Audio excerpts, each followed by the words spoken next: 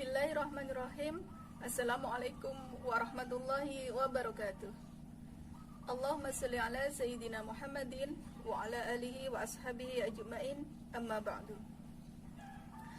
Ibu-ibu muslimat yang berbahagia, akhir-akhir ini kita dihadapkan pada pandemi corona yang mengharuskan kita untuk bekerja di rumah, belajar dari rumah, dan beribadah di rumah. Tayangan ini mudah-mudahan dapat menemani ibu-ibu semua dalam membimbing putra-putri kita untuk belajar di rumah. Ibu-ibu muslimat semua yang berbahagia,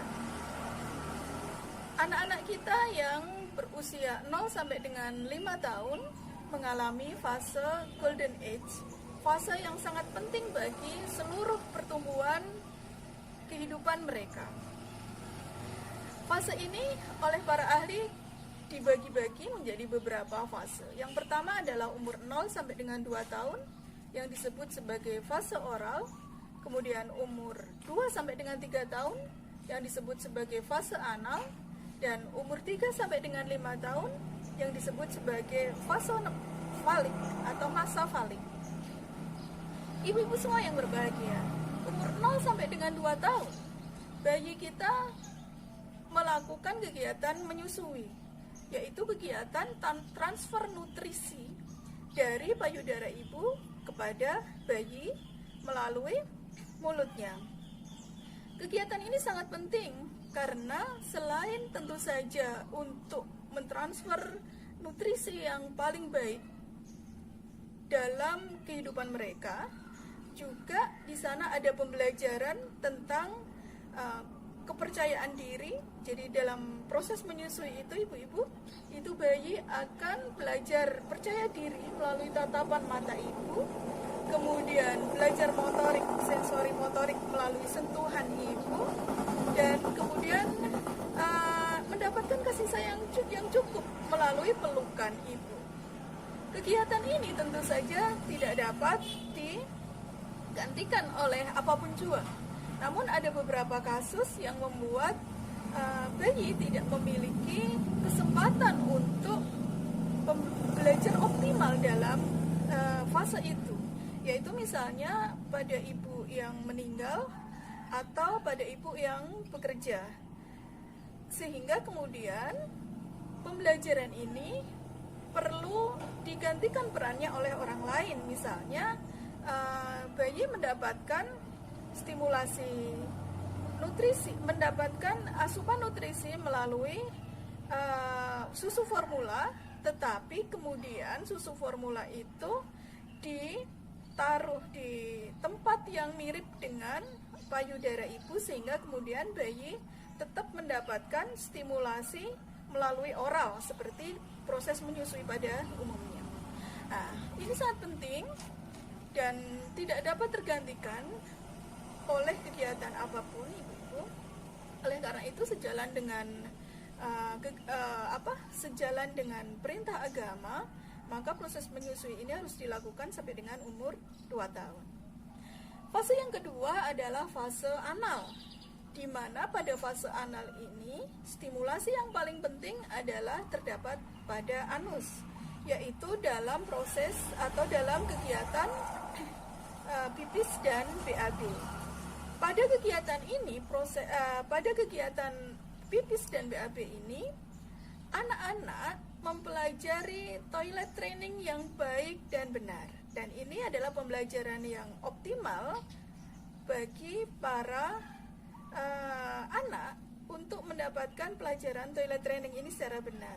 Bagaimana cara bersuci yang benar, bagaimana cara membersihkan pipis, najis pipis dan BAB yang benar.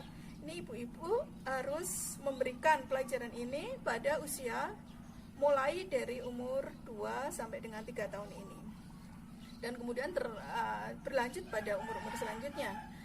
Anak-anak yang gagal dalam proses kegiatan ini, maka kemudian mereka akan menjadi pribadi-pribadi yang sangat berantakan kelak di kemudian hari. Misalnya, mereka akan pipis sembarangan setelah dewasa atau sembarangan setelah dewasa, dan tentu saja ini menjijikkan. Kemudian yang ketiga, ibu-ibu, adalah masa falik, di mana fase ini akan menjumpai kita, anak-anak kita pada usia 3 sampai dengan 5 tahun. Pada masa fase ini, anak-anak belajar tentang peran gender, yaitu mereka mempelajari kelamin masing-masing, bagaimana yang perempuan, bagaimana yang laki-laki. Anak perempuan memakai kerudung, memakai rok, memakai pita, sementara anak laki-laki memakai celana, kemudian memakai songkok dan sebagainya. Kemudian anak putri bermain boneka, anak putra bermain mobil-mobilan, kemudian anak putri masak-masakan, anak laki-laki bermain kelereng, misal seperti itu.